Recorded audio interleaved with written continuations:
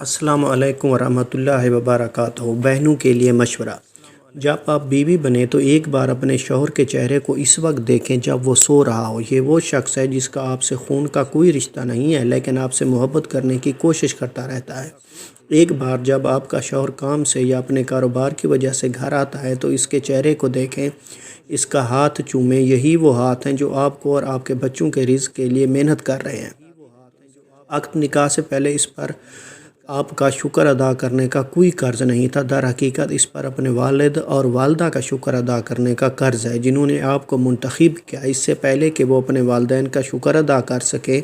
ایک بار جب آپ اس کے ساتھ اکیلے ہوں تو اپنے شوہر کو دیکھیں، اس کے چہرے کو پیار و احترام سے دیکھیں۔ یہی وہ چہرہ ہے جو وہاں جد و جہد کر رہا ہے، یہی وہ چہرہ ہے جو تپتی دھوپ میں جل رہا ہے، یہی وہ چہرہ ہے جو سورج کی تپش کو روکتا ہے اور کبھی کبھی خود کو نظر انداز کر دیتا ہے، اپنی حفاظت کو نظر انداز کر دیتا ہے صرف آپ کے لیے اور اپنے بچوں کی وجہ سے۔ ان کی قربانی، ایک محنتی فرد کی قربانی بہت عظیم ہے۔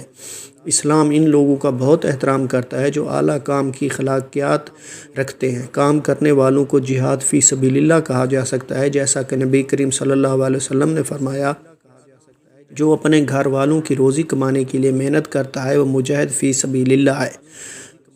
روایت احمد۔ رسول اللہ صلی اللہ علیہ وسلم نے یہ بھی فرمایا، جو دوپہر کو اپنے ہاتھوں کے کام سے تھکا ہوا محسوس کرے تو دوپہر کو اس کی مغفرت ہو جاتی ہے۔ طبرانی۔ اللہ تعالیٰ آپ کی حفاظت فرمائے اور آپ کے اہل خانہ کے لیے وہ سب کچھ دے جو آپ چاہتے ہیں۔ آمین یا رب العالمین۔ سدا خوش رہیں، سلامت رہیں، والسلام۔